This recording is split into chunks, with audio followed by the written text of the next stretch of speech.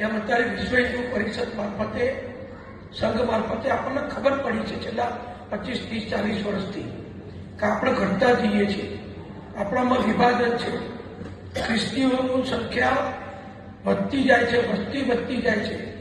મુસલમાનો વળી એક જુદો વિષય છે.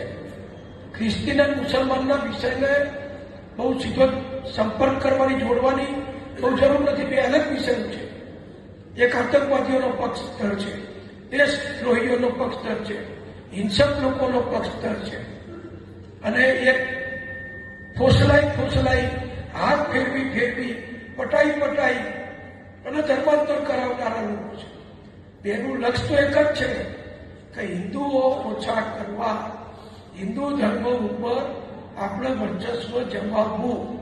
આ વર્ચસ્વ જમાવવા ક્રિશ્ચિયન મિશનરી એ બહુ સિફતપૂર્વક, બહુ સલુકાઈથી એ ધર્મ પરિવર્તનનું કામ કરે છે. કપડા આપે, ભણાવે, દવાખાનું કરે, નિશાળ કરે, હોસ્ટેલો કરે, અને પેલા લોકો એમની રીતે હિંસક રીતે એક જ વાત કરી એમનું કામ કરે છે.